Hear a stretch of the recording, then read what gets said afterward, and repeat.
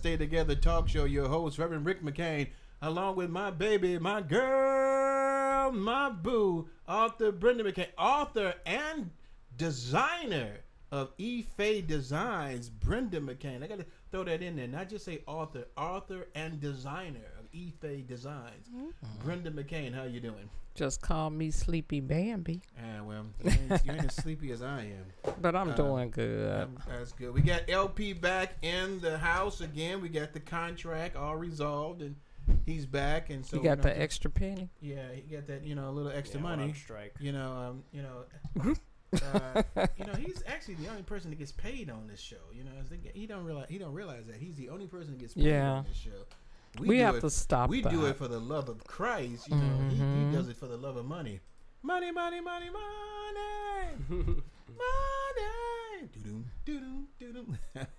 All right, everybody, welcome to the show. LP, how you doing, man? I'm all right. All right. Hey, y'all got to pray for a brother again because I am not getting any sleep. I told y'all I'm a little bit more crazier when we get on the show when I don't get any sleep. Over the weekend, I hope y'all had a good Labor Day. You enjoyed your Labor Day holiday. You had, first time it didn't really rain on Labor Day in a while. But I hope you all enjoyed that. Labor Day, I think in those 3 days, I probably had 3 hours of sleep combined. This sciatic nerve pain is kicking my butt. I compare it to having a fight with the early Mike Tyson. It just continuously kicks my behind.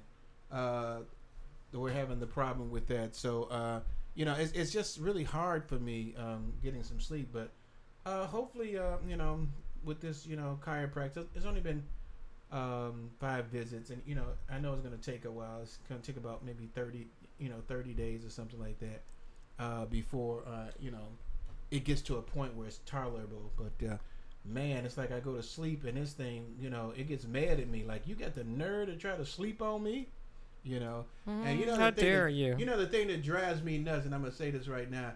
I know my baby's going through some pain too, but she tries to compare her pain with mine. And I'm like, I almost want to strangle her. Like, I will trade this with you in a minute. She didn't went with her mama, went out and enjoyed herself over the weekend and stuff like that. Then went to go see her mama again. And I mean, it's like, she traveling. I can't do nothing. This thing got me down for the count. It's like, 82 seconds, Leon Spinks fight with Tyson. Bang! I'm out. It's kicking my butt. So I was just drugged up. Pray for me out. I mean, the drugs are not helping me either. Chiropractors don't give you any drugs, but the drugs are not helping me either. The ibuprofen and the stuff like that. I mean, it helps for an hour or so, and then it's it. It confuses the pain until it realizes, hey, he trying to drug us. I'm gonna be honest. I don't like seeing my boo like this because he is one that's always on the go, always moving. This right here is jacking him up, me up. We both not. Well, we in it together. We both not sleeping together. Yeah, I mean, I don't like seeing your boo like that either. It is really kicking my butt. But how's things going? Got any praise reports or something? Shout out you want to anybody? Dang, I thought I had some earlier. Yeah, well, obviously it wasn't that important. Well. It'll come back to you. While she's doing that, I'm going to give a shout out to our sponsors. I'm going to be reading something about Macbeth. The play for Macbeth is going to be coming to the Lyric Opera House. So hear about that. Great play. Macbeth is coming. Where the maestro Enrique Manzola will be coming the new first performer of the Lyric Opera. Music director. So I'm going to read that out for you a little bit. We're going to talk about the best in theater with Stephen Best. We've got Christian Real. Let's talk about it. And McCain Train coming up. And I said, I'm going to start throwing some marriage and relationship things back in here again because that's how we originally started the show. And I want to kind of bring that back into the show as well. When we start doing our 4-hour show, I haven't told Lil Phillip about the 4-hour show yet. Nor me. You're supposed to work with me. It's called Helpmate. It's called Helpmate. It's a Helpmate. Obviously, you don't understand that. We're talking about marriage. Yeah, but it's still a helpmate. You're supposed to just roll with it. Of course, I'm going to tell you first. But let's go on. So we don't have anything, any shout outs, anything like that. I know. Look, you got anything you want to shout out, anything like that? No. Nothing at all. No. Okay, one day he's gonna talk so much we're gonna be like, what is going on? I'm probably gonna be banning bots all stream. That's Oh, probably gonna be what I'm doing all most stream. Most people probably have no idea what bots are. So. Don't worry about it. But hey, just know that I gotta ban them. we're gonna go on with our show. What are we talking about today, baby? With Christian Real. I still believe. I don't know what I believe now, but I still believe. Yeah, Red. I was thinking about this, and I give shout outs to some people that I listen to but TD Jakes, and I was listening also to what's his name? My God, this is what happens when you don't get any sleep. Joel Osteen. He had said something that made me think about this. I still believe. And it's basically, the Bible says, "I believe, but help my unbelief." But there are some of us who are going through some struggles, where the things that we felt that we should receive, or the things that we felt we were promised by God doesn't promise us anything. But sometimes preachers will throw that out there. Money coming to me now, stuff like that. We feel there are certain things that we should receive in Jesus' name that we haven't received, or things that we're looking for, and it kind of messes up with our belief philosophy. Meaning, I use myself as an example. This thing has been going on with this sciatic nerve pain for like 3 months now. This is, starting July. That was when we went out to your sisters it was July, August, now September. And I've been praying to God continuously to help me. And when I tell y'all, I've been in pain. I mean, it's like 24/7 pain. And I've been praying to God about that. And it was, you get to a point where you're like, God, I'm calling you. I'm asking you to help me out. And you're not doing this. What's going on? And it can mess up with some people's belief system, because they do believe that God, should answer all their prayers. The Bible does tell us, ask and it should be given unto you, seek ye and should find, knock at the door should be open. That God can do exceedingly abundantly more than you can ask or think. You get all these scriptures on there talking about how God will answer prayer. But sometimes when it happens, the answer we always look for when we want God to answer prayer is to answer in line to what we want, not in line to His will. Right. And it happens that way all the time. And I, at this time, I was in the same way. I had to sit there, "Thy will be done, Lord." But I wanted God to take the pain away. And I thought about, when Paul had to live with, the pain that he had, the suffering he had, and God did not take that away. And he said, "My grace is sufficient." But we get to a point sometimes, Brenda, where when we're going through something and God doesn't answer us right away, or doesn't provide the answer we're looking for, we start questioning our faith. And we know this is Christian Real, so we're talking to Christians. We know that to accept Jesus Christ as your Lord and Savior, you have to have faith that God can do exceedingly abundantly. You have to have faith of a mustard seed, all those kind of things with faith. But then sometimes our faith gets tested, and we have to answer the question, do we still believe? You know what? I'm just going to do a quick, hey, Kathy Taylor, thanks for joining us. Hey, Steven. Yay. This goes hand in hand. Are we questioning our faith? And our faith is supposed to be God, or are we questioning and being mad at God? I mean, that's you're slicing it up a little bit there, but I mean, when we're questioning anything that's related to faith, we are questioning God. When we're questioning God, it calls to question our faith. And so, what happens a lot of times is that, when things don't happen when we want it to, we get upset with God and saying, why haven't you answered my prayer? Because we feel that God is supposed to. I use this analogy all the time. we look at God as an I dream a genie bottle and think that we just rub the bottle, we get 3 wishes and then we go on about our business. But that's not how God operates. There's an old saying that God will say yes, no, or wait. And a lot of times wait happens to be something we definitely don't want no, but wait is like no to us because it's not moving because we don't want to wait enough. We don't want to have the patience to wait on God, to have faith in God. So what happens a lot of times, we question that. And so as I'm going through this pain, I'm like, God help me out with this. And I'm being real with you all. I mean, I wasn't questioning my faith, but I was like, where else am I going to go, God? I'm not going. There's no other place to go. I'm not going to look for no substitute, because this is it. I'm at the top of the pinnacle. I'm not going anywhere. So if God doesn't answer my prayer, then that means that what I'm going through, His grace is sufficient. And so we don't sometimes understand that faith has to have a measure of grace in there to understand God's grace, to know when He's going to do something and when He's not going to do it. And then that puts us to a point where we want to question our faith.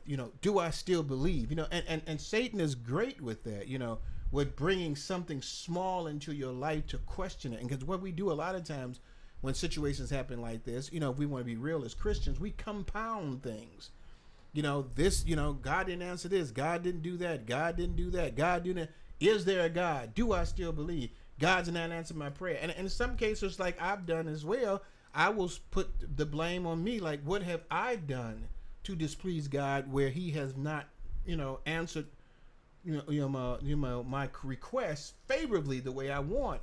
And not just saying, it may just be God's grace that I go through this, so that I could share it with other people, or I can learn that God's grace in everything that happens is sufficient enough for us to make it through the trials and tribulations we're going to. And let me just say this, that God has put in my mind. God's grace is going to take you farther than your faith in that yes.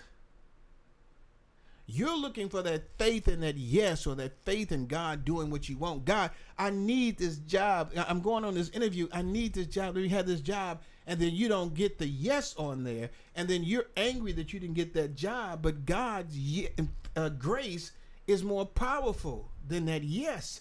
God has something else in store for you. I'm a witness of that because it was a job that I wanted that I didn't get, and then God gave me another job that I'm still there today.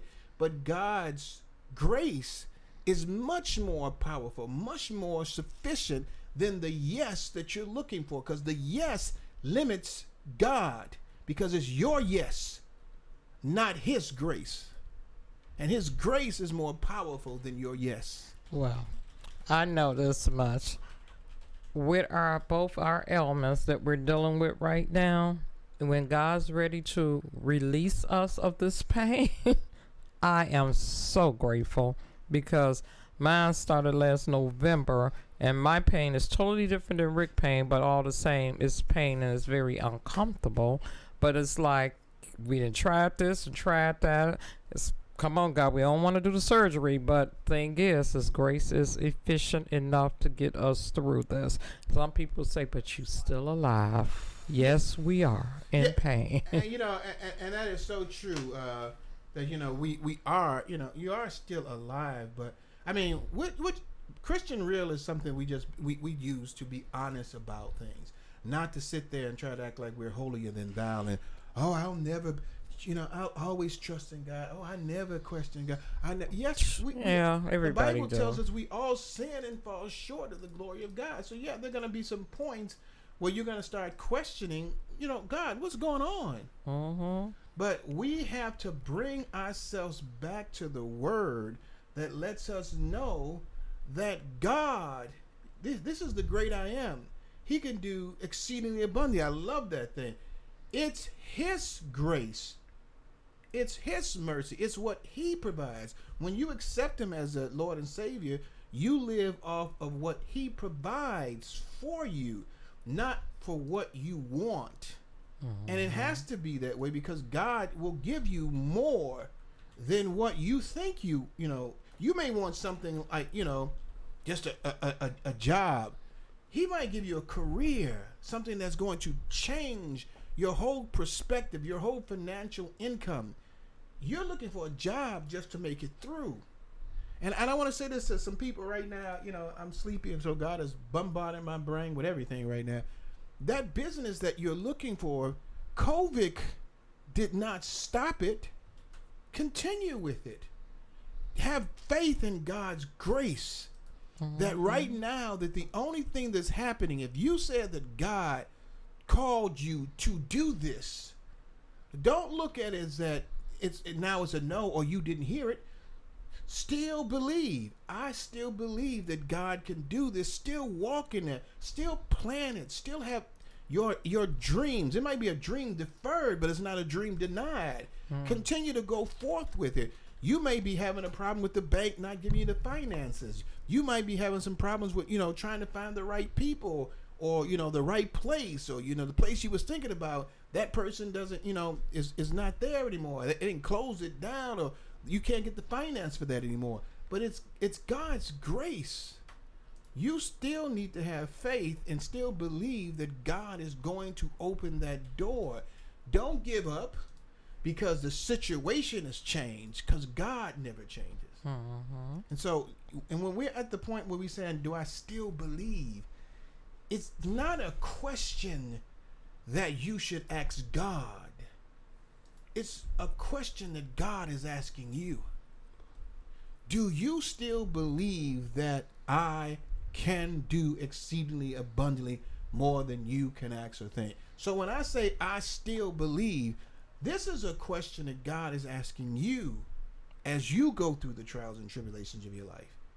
Do you still, as a Christian, as a child of God, as someone who has accepted me as your Lord and Savior, do you still believe, in spite of what you see, that I have called you for such a time as this?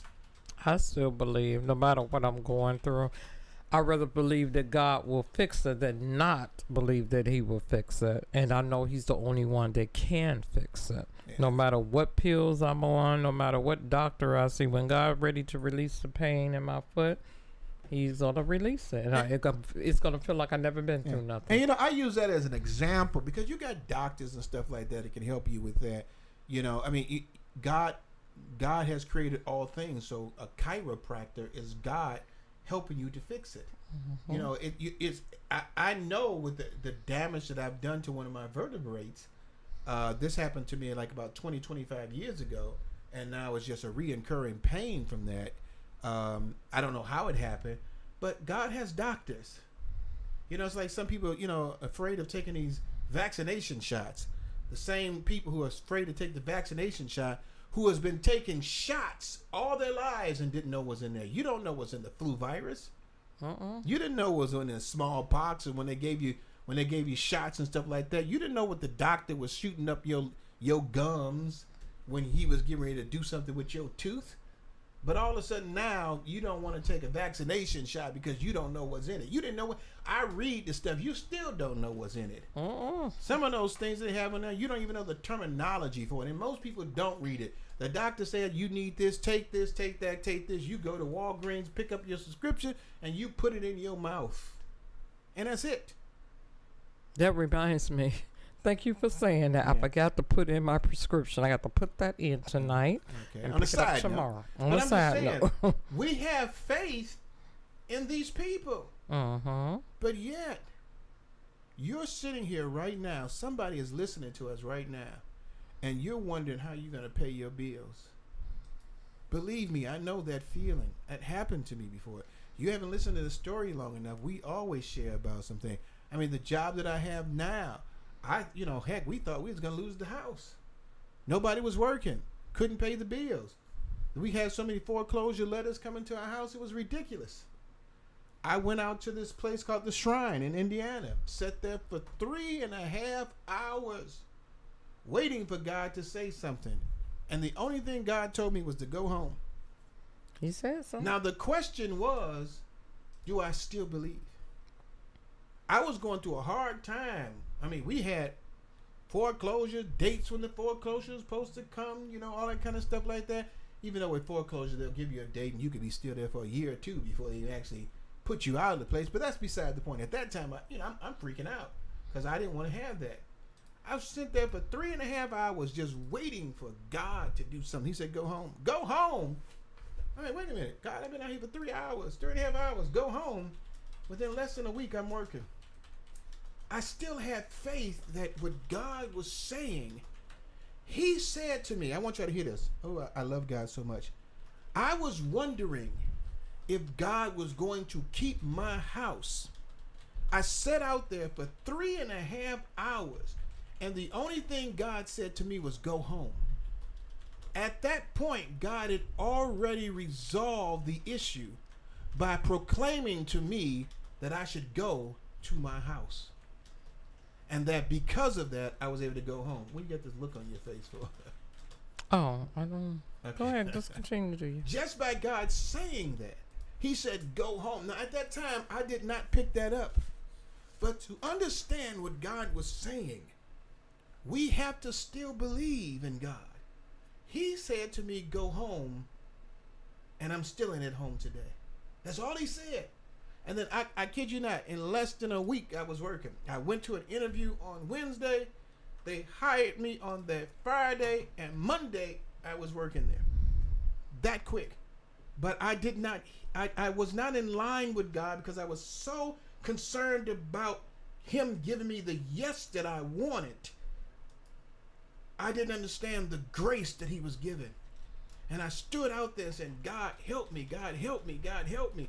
3.5 hours, and all he said was go home. Not understanding that he was proclaiming at that moment that your house that you're crying and worried about, I've already resolved for you. But see, you don't know that. That's why you have to have that strong faith. You have to still believe. Right, you still have to believe and still have faith. This is saying, I still believe. No matter what you're going through in your situation, you still have to believe that God can do it. That God is a God that does not fail. He won't leave you. He won't forsake you. You have to have that faith. I know it's hard, but I'm a living witness that it happens. Trust and believe that God can do that. You have to trust and believe. As I pick up my patty cake that fell on the ground. Your pain cake. Yeah, that's my little pain thing. That's the cutest little thing. Yeah. But yeah, you do have to have the trust and the belief that no matter what, God is still on the throne, and he's going to be the one that controls everything that we do. We might not could see it or understand it because we don't understand his ways and how he do things. But when you have that faith over fear, he works it out. And I will be so grateful when he works it out. I miss wearing my heels. I truly do. But if I have to stay in flats until this pain go away, or cushy gym shoes, that's what I will be doing. Okay, you stand on your feet too much. No, I don't. I'm using I use that as an example of having faith in God. But that's my example. Okay, but you're like, yeah, I'm not concerned about if God is going to heal me, because I know he will. But my question to somebody out there is, as you're going through, God is asking you the question, do you still believe?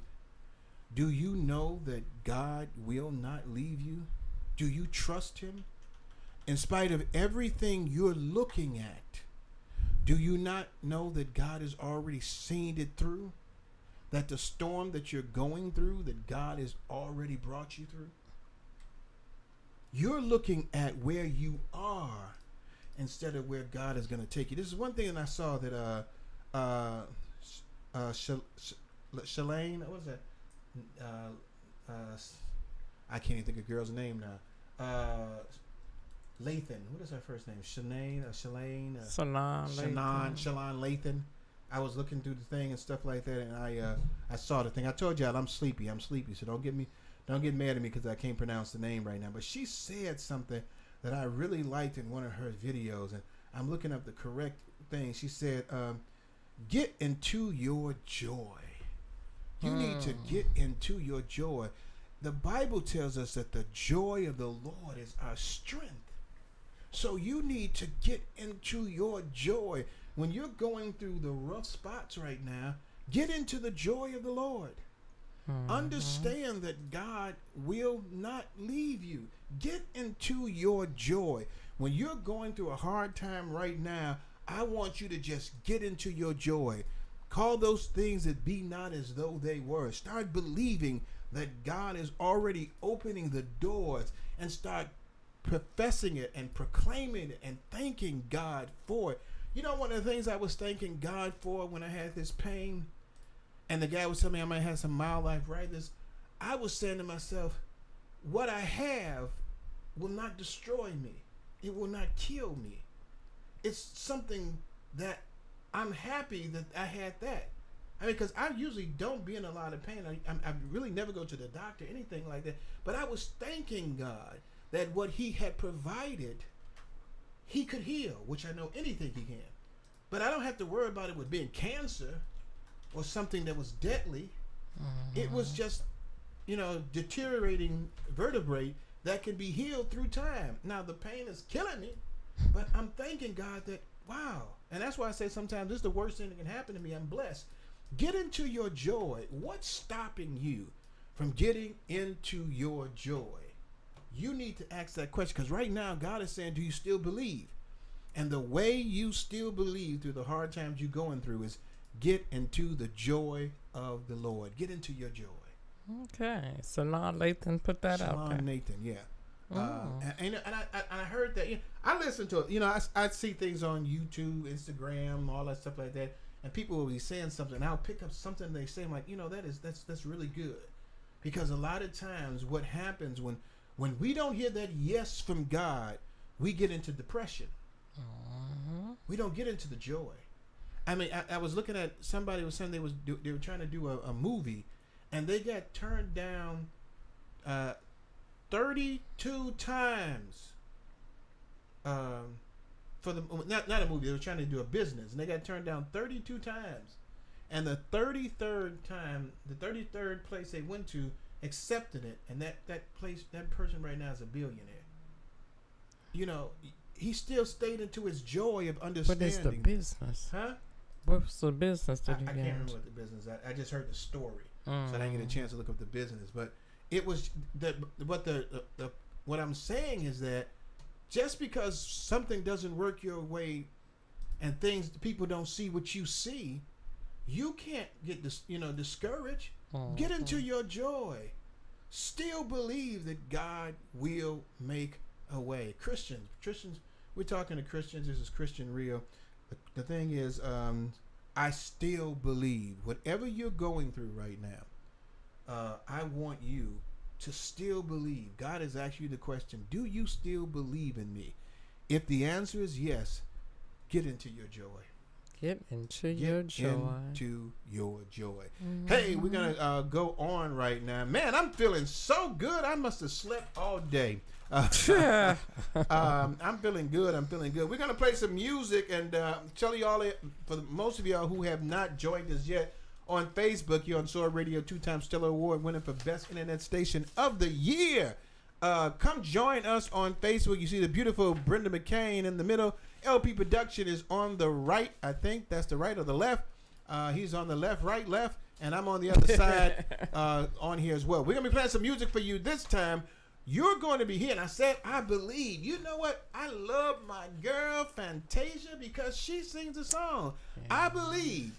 And then Donnie McClurkin comes back with the song, That's What I Believe. So listen to these two songs of I Believe on the McCain Train. On the McCain Train, Let's Stay Together talk show. Hey, this is your host, Reverend Rick McCain, along with my baby, my girl, my boo, author Brenda McCain, and designer Brenda McCain, and also LP Production. Listen up. We'll be right back. Do your thing, LP.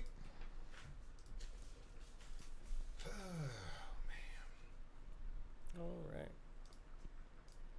He didn't get welcome back, LP. Glad you are feeling better. I am feeling better. Fake himself. There wasn't nothing wrong with him. He was trying to get away from us. The show's exhausting right now, though.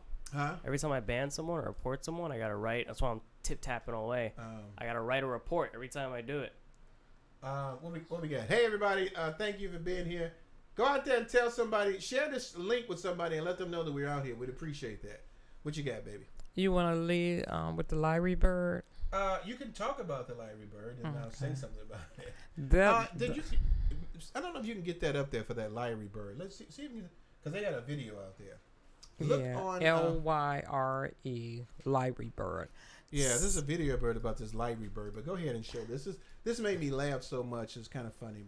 Sydney zookeeper captures Lyrie bird replicating the sound of a crying baby. Now, these type of birds can mimic just about anything from car horns, jackhammers, chainsaws. The superb Lyrie bird is famed for its ability of really mimicking wide ranges of sounds.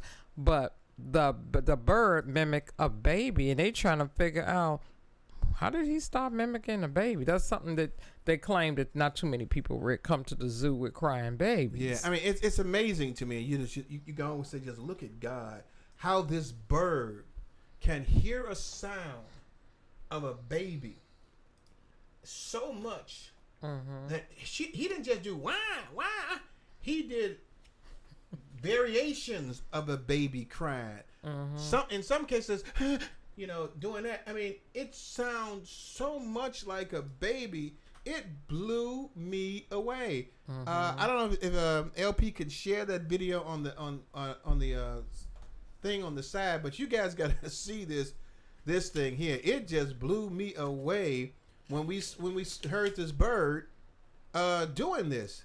I'm like, oh my goodness, this bird is mimicking. At first, I'm like, where's the baby at when I first saw it? Then I said, Brenda, you got to come down here and see that. I mean, it's so interesting. I'm like, wow, it just blew me away when I saw that he can do that. And what's so iconic about this is that the bird usually does not make human sounds. It doesn't mimic human noises. It's like I said, the chainsaws, big sounding stuff like that. But when it mimicked the baby cry, it was just freaking unbelievable. They were just shocked that this bird, and it had to have heard it like they had it on a tape plate or something. Something like that. I mean, but the thing about it is that it's our limitations of what the bird can do. Because we haven't heard the bird say anything. It's like you don't hear LP be talking, but there's a lot of things he can do. He's a lot of things. He didn't have to mimic anything. He does a lot of different things. I mean, this bird obviously he can pick up human voices. Yeah. So said the male Lyrie birds have unique repertoires of sounds to use during the breeding season. They would practice some calls that are new to see if this will fit well into their repertoire. I'm not the person that they're not too sure about the baby crying and the echo that they found in it. It's like, how did this bird come about mimicking a baby? And they said that's not good for them, because if a baby is crying there, something's wrong. Yeah, I mean, you think, and they're trying to figure out how. I think the amazement is how precise this bird was. And they have a great memory, like an elephant. Yeah, I mean, he was precise with it. And it did it. I'm like, like a baby does that sometimes. I'm like, oh my goodness. I almost want to do one of those Kevin Hart. Oh my goodness. I mean, it was very realistic. I mean, it's almost like the old commercial with Memorex. Is it live or is it Memorex? This was interesting, and if you get a chance, for those of you all are listening to us right now on Facebook, check out that video there on YouTube. You'll see this Lyrie bird, that is able to mimic the sound of a baby so precise. You'll look at the video and you would wonder, is this actually coming from the bird? Or you looking around for the baby? Right, you're looking around for the baby, and there's nobody there. So it's very interesting. What was those other birds? Parrots? They have some talk. Macaws. They're called macaws. They're very expensive. They can make a lot of different noises. Gray ones. But they can't make noises. They can't mimic it like that. I mean, they can't. Mimic like that. But hey, interesting story. Check it out. Sad news in Hollywood. Most of you guys probably already know or heard about Michael K. Williams. Omar from The Wire is dead at 54. Now, I've seen this actor on a lot of stuff. Never knew who he was, but what enthralled me about that actor was not his acting skills. I was just wondering, why is he keeping that slash through his face? I mean, it's a deep cut right down the middle, like someone tried to open his skull up. And I thought it was makeup and costume, Rick. What it is that he got into a brawl at a bar and someone bashed his face in. But it's so sad that he died. They found him in his apartment. They believe it was possible drug related. They are investigating, but he was a stellar actor. Now, have you ever seen him in anything, or are you familiar with Michael Williams? I'm not very familiar with him. I did see some of the information about him, that he became famous of The Wire because he was a gay gangster, you know. He played a gay gangster in The Wire. A gangster, if you will. Huh? Don't worry about it. I made a funny joke. Wasn't that funny? What did I say? Gangster? No, he put it together. Gayster. A gay. Okay. Gangster, okay. Right over my ear right now. But I mean, I thought it was. You know, I have not seen it. I don't watch a lot of television anyway, and I haven't really gotten into a lot of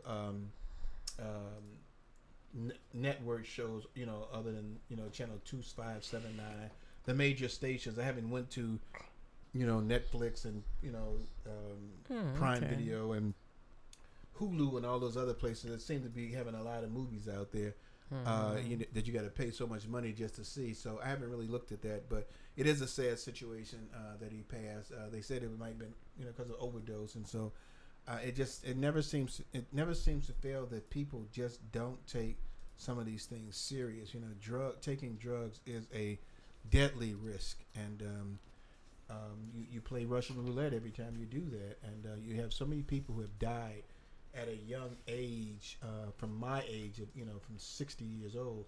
You remember so many people dying at a young age because of drugs, and it just seems like the lesson is never learned, that, you know, it's a dangerous thing to play with when you're taking, you know, narcotics. Wow. I really hope that's not his ending story. I hope it's not either, but they were suspecting that. This other one is close to home as far as people that we know. Jeffrey Beckham Jr. He is the CEO of Chicago Scholars. And Smitty, I know you out there. This make me think of you and all the work that you do as well. But Jeffrey is a lifelong Chicagoan that's really out here trying to support and help students, underdeserved students, youth, as a mentor. He's working with them to get scholarships to go to school and do certain things. And it's like he's been doing this a while. And he belonged to our church, New Faith, in Madison, Illinois, and one of our friends' son, and Reverend Dava Beckham, and her husband, Deacon Beckham.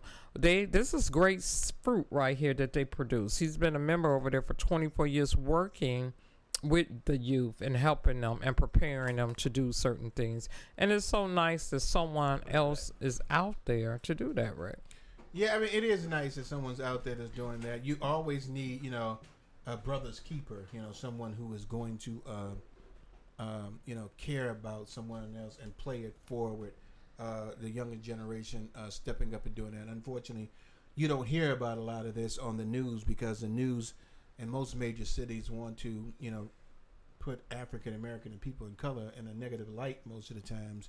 So these, you know, good stories like this, you don't hear a lot about. So, but it's out there. I mean, if you looked at the totality of what people of color are doing, there are more positive stories, and I would even step up and say there's probably 10 times more positive stories than negative stories, but you're not seeing that, and so it's given a jaded look on what African Americans or people of color are doing. So I say kudos to that. You know, I'm not surprised. We've always had somebody who played it forward. I mean, and give, you know, back to people. I mean, I've talked about it before. You know, they were saying the Black Panthers was terrible. But the Black Panthers started, you know, the West Side organization in my community on the west side of Chicago. They were the first ones to give me my glove and buy me equipment and stuff like that. They would feed us at the games, win or lose. They did some wonderful things. But if you look at them and historically, they're going to be someone who caused a lot of havoc and was very negative to the city of Chicago. So I mean, you have this, and this has always been what news media has done, which I'm totally against. I'm glad to see that this story, we're sharing this story. It would be nice if stories like this would be shown more in mainstream television and cut back on, or even eliminate the negative stories about someone getting killed and stuff like that. Yeah. Only in places of minority communities. Because Indigo, this is the article they wrote up about him, and in the midst of his friend's death, when I was reading the article, he decided to become a painter. Became this renowned artist. Didn't know he had it in him, but his stuff is worldwide. It's like, wow, you never know what God will birth in you and out of you until you try it. And he got pushed to the limit of losing a friend, so that he propelled on that end. And the biggest question for Mr. Beckham was, what's next for you? And the way he addressed it was he wanted to see the Chicago scholars grow to serve our entire addressable market of academics. And then when he says that, it's not just your zip code or where you live at, that the other people get certain things, handed to them. And when the people who live in the undeserved zip codes, we don't get anything. So he's working tirelessly and very hard to make sure it's an equal footing. So kudos to you, Mr. Jeffrey. Doing great things. Glad to say we know him. He's out there doing what he needs to do. Yeah. Okay, this other one, because I guess we got some. We got about maybe a minute something to go. So you can talk about it a little bit. Okay. This next story is groom asked to adopt stepdaughters with surprise proposal at wedding. This was such a feel-good story.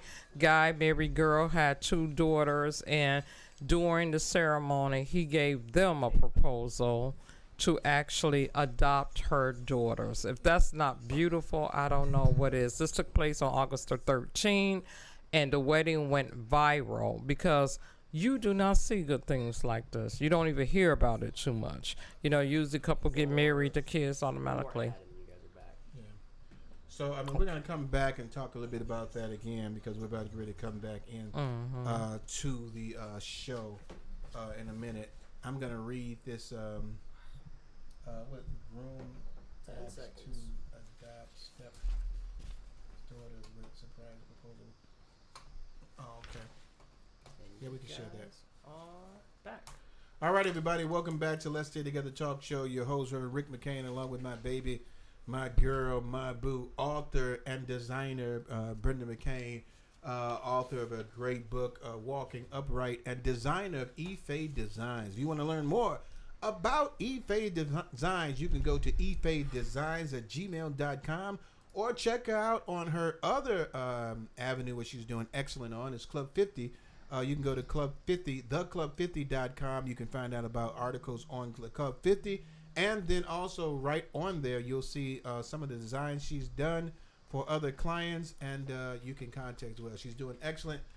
Get in contact with her because she's constantly busy. So you want to make sure you get your information and get your thing done and have a certain bling on there. She can do that for you. Contact her at efadedesigns@gmail.com or theclub50.com. You'll hear some more about that a little bit later. Hey, also, I want to give a shout out to our sponsors, all the sponsors. Hopefully they'll be coming back soon. We've got all those wonderful sponsors. I'm not going to shout out the names, but I will give one out to Eyeline Management, a great sponsor as well. And I'm going to do this promo real quick before we start. This is coming from the Lyric Opera House.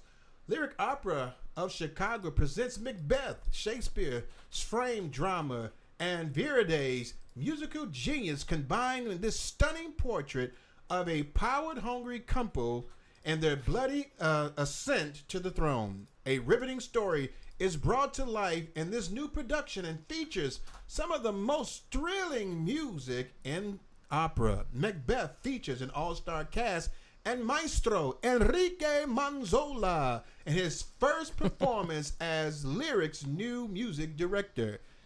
Macbeth is on stage from September the 17th to October the 9th, Get your tickets. The tickets are available at lyricopera.org. So check it out. That's going to be Macbeth at the Lyric Opera of Chicago. I'll probably read that out again as well.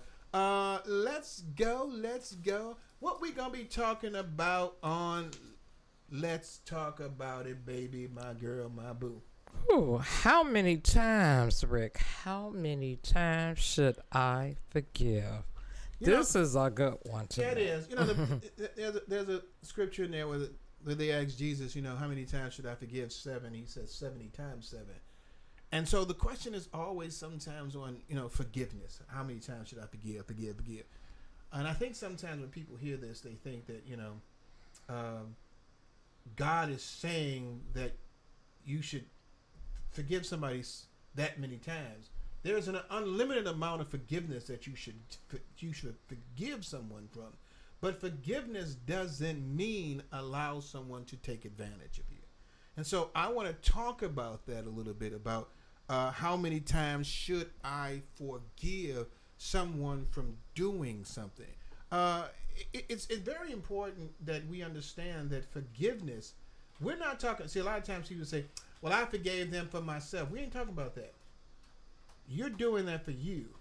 I'm talking about forgiving the person for what they did to you. Forgiveness does not mean, Brenda, I forgive you, you can do it to me again. Because the content of that is when Jesus said, how many times you forgive, they were basically saying if someone does something to you repeatedly, how many times you should forgive. Forgiveness does not mean acceptance or allowance. It means forgive. Now, I forgave LP for missing last Tuesday. Next week. Next week. I forgave him. I forgave him that. But it doesn't mean that I'm going to accept it. He's going to be disciplined for that. We're going to have him go to the upper courts, to find out about this and see if he did something wrong. Well, we had to put him in jail for. But I'm just saying, sometimes people, all jokes aside, people think that forgiveness means acceptance or allowance, and it's not that case. And we need to be careful with what we look at as when we're saying, how many times should I forgive someone? It's, when you say that, you said 70 times 7, that's a lot. And a lot of us don't have that in us to do it. But what it really is, to me, talking about is the mercy. Because God could keep forgiving us over and over again. So we have to grant mercy. But it doesn't mean I'm going to, like you said, allow you to keep doing that to me. I could forgive you and I could move on. But, to have you constantly still in my life and you doing me over and over again, repetitiously, it's like, well, she forgave me this time and she's so holy than thou. She going to keep forgiving me.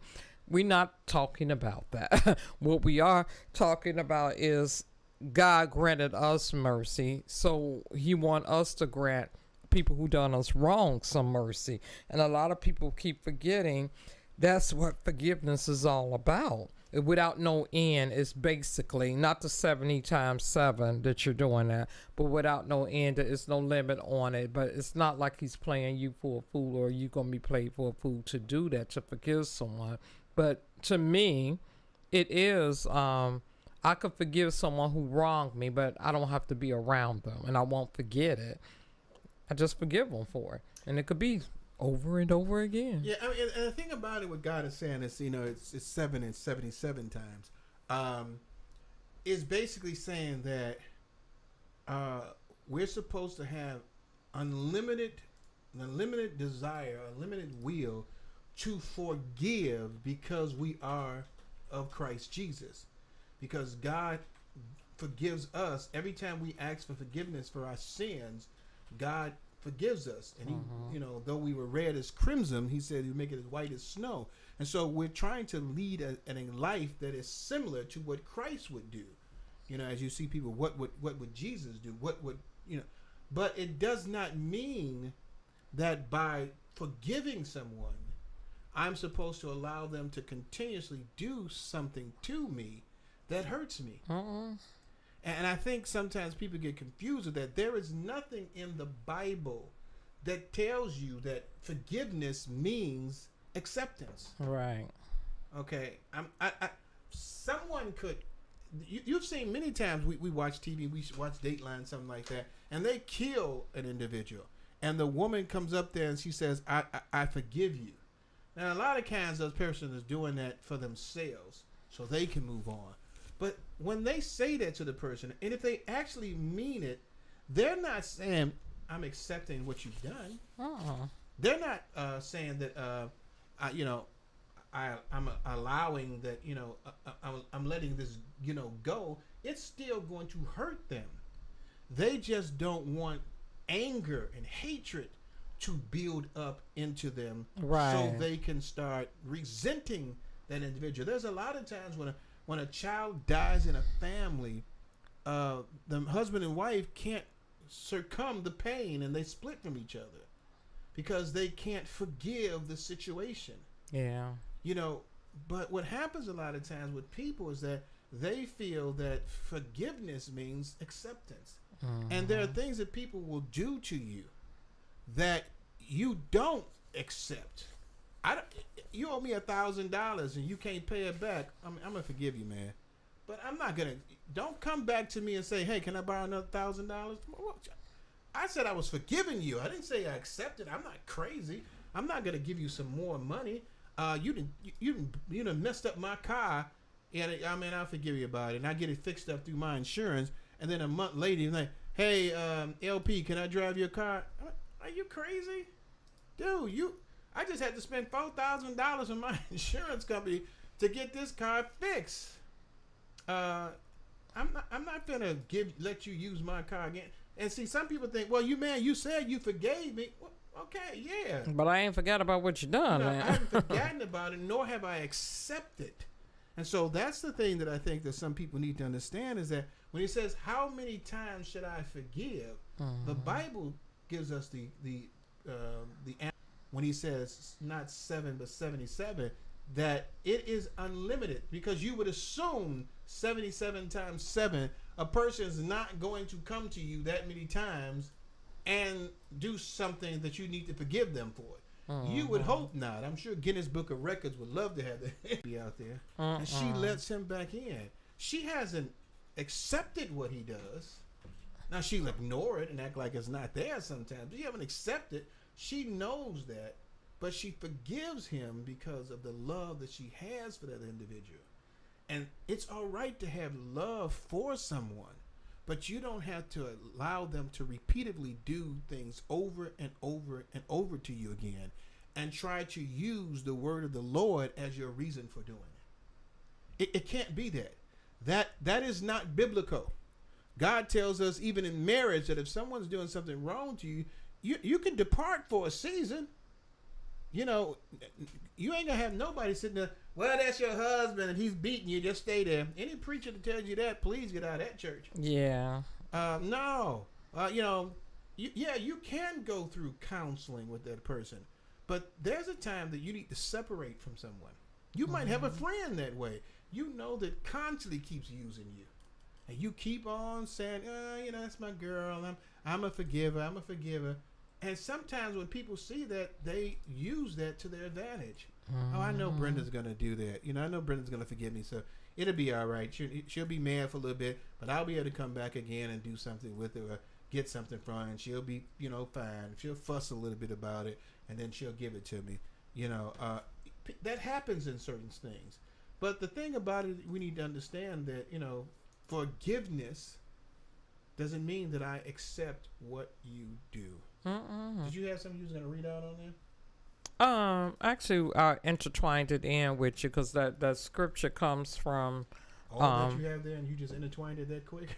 Earlier, the scripture came from Matthew 18:21 through 22, when Jesus told them not 7 times but 77 times, and like I said, we sort of get that confused with. We want mercy showed upon us for forgiveness, but it's hard for us to bestow that on someone else. And unfortunately, that is the way a lot of us think. It's like, I'm not about to forgive them for this and blah, blah, blah, blah. But forgiveness is, as we said, is for you to move on with yourself, not for you to keep doing this over and over to me. And we don't understand the fact that forgiveness is for the individual to move on, but the person that's forgiving you, they never forget the wrong that you done. Your analogy was great with, hey, I gave you this money, you done messed up my car. Okay, I forgive you. I paid for it. The slate is clean. Can't ask for nothing else more. But you got some people who will come right back to you.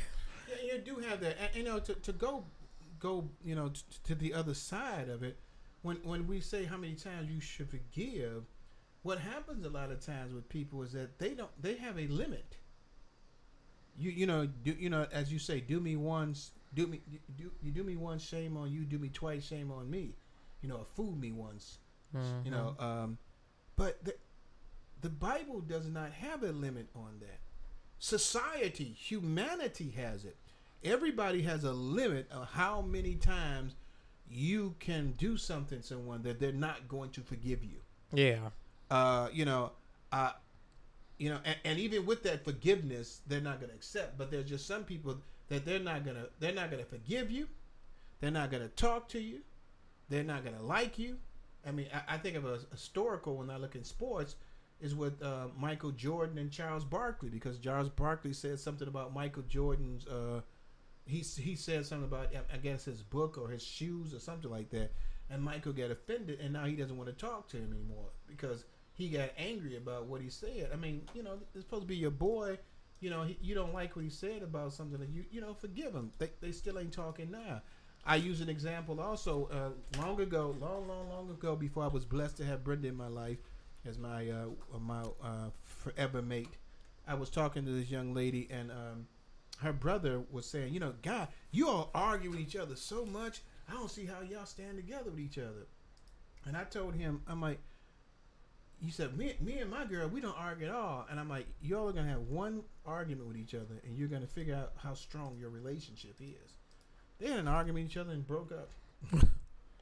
I mean, because they had a limit of, that severity of that situation they could forgive on. They didn't know how to handle it. So sometimes with people that, you could do this, but if you reach this point, if you reach over this line, you cross over that line, I ain't forgiving you. I ain't gonna never talk to you again. Mm-hmm. That's humanity's way.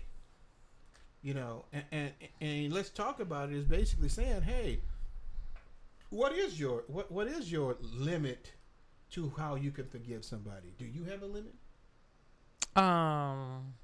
He's like, what's my boiling point of forgiveness or limit? Not your boiling point. No, I could forgive over and over again and show mercy on people, but with that comes the wisdom of it, that I always have my eye on that person, that you might get me a second time because I have a heart for that. If it's a serving heart to help someone.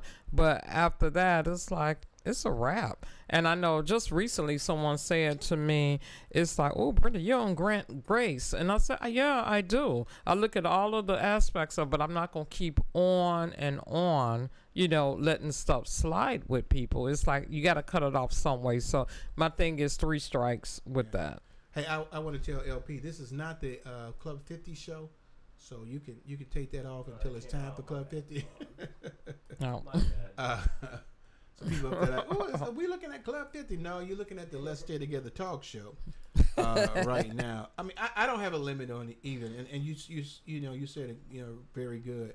You get educated, you get wisdom from that. Basically, you learn from some things that someone has done to you. Mm-hmm. It may sound like I have a limit, but if I'm married to someone and they cheat on me, then the relationship to me is done. Now, it doesn't mean that I don't forgive them. Whatever the reason when you did this is not that I don't forgive you. However, the wisdom and knowledge tells me not to allow this to happen to me again.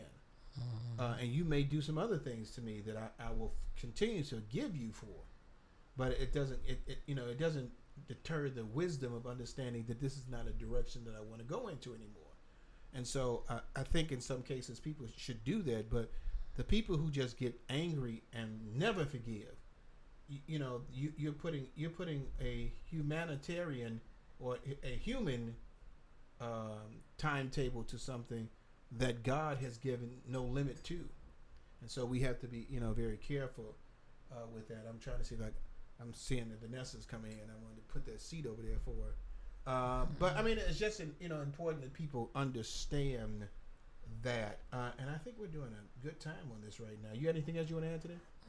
Just have mercy on people as God have mercy on you.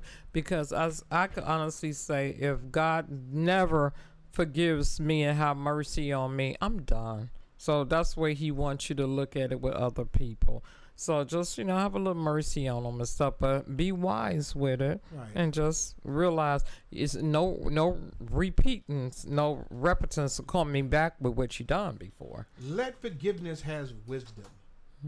To know, what forgiveness entails. That what happens after that. It just, and I think sometimes people think, well, I'm a Christian and I'm supposed to forgive and allow them. No, you don't allow someone. God has never put in any biblical terms or any scripture that he would allow someone to do harm or do wrong against you, and you accept that. The chair's behind the door. And I don't over want there. you to get up because you don't get up and put your head down. We're taking a break anyway. We don't want to see that black cotton top on there. We ain't taking a break from Facebook. Huh? What did he say? Oh, I'm finna go to Shane Crane request, but it still can see your head as you walk right through the camera. That's one of the reasons why I didn't want to put that seat up there, because he doesn't know how to bend down. Are we talking about? I know y'all on a radio talking about, what are they talking about? We talking about Facebook right now. Hey, we're about to get ready to go to McCain trade request. So hope y'all enjoyed that. How many times should you forgive? The answer is actually, as a Christian, is unlimited. There is no limit to how many times you forgive. But when you forgive, use wisdom as well. Hopefully you notice that thing is broke. So, yeah, use your wisdom, and God will guide you to stuff. Hopefully you will not be in the same situation again. Yeah, I'm just hollering everything. I told you I'm sleepy. Hey, we're going to go to McCain Train request. Hey, we out there on Facebook. Let somebody know that we're out there. Share the link with them so they can be a part of the show with us as well. We're going to do the McCain, I can't say my own name. The McCain Train request where Jared is, this is the song. It's from Elevation Worship and Maverick. They're singing Gerard, not Gerard. I can't even say the name. What is it? Let me see. Jeez, I can't say anything right now. Yeah, the same memory. Gyra? Gyra, huh? Yeah, the same memory is first thing. Gyra, Jehovah Gyra. Gyra, thank you. And yes, I'm tired. I am really tired. And then the other song we're going to be playing is by Mr. Talkbox featuring Jay Moss. It's Never Leave You. Hey, this is Rick McCain along with my baby, my girl, my boo. Listen up to these songs, a couple of commercial breaks, and we'll be right back. LP, my memory ain't gone yet. Play your song. You coming up? Oh, Lord, have mercy. Yeah, I got a good one, Vanessa, for you to join in on this one. You know me, I'm always thinking, I said, when I look at that, when I look at it there, I would want it to cover the whole screen. It did before. Yeah, but that screen, because that thing was longer. Yeah. But sorry, we'll figure it out. Yeah. I had thought about just getting something to put on the side there, but I'm like, I don't feel like spending them extra money. Yeah, we'll figure it out. But it still looks nice like that. Nice little big screen behind Brenda. I like that banner. So cool we're banner. still on air. So okay, this story. We were just hanging out. Yeah, we just right. Y'all listening to us hanging out. This story. I'm gonna wait till she get up in here and see if she comes.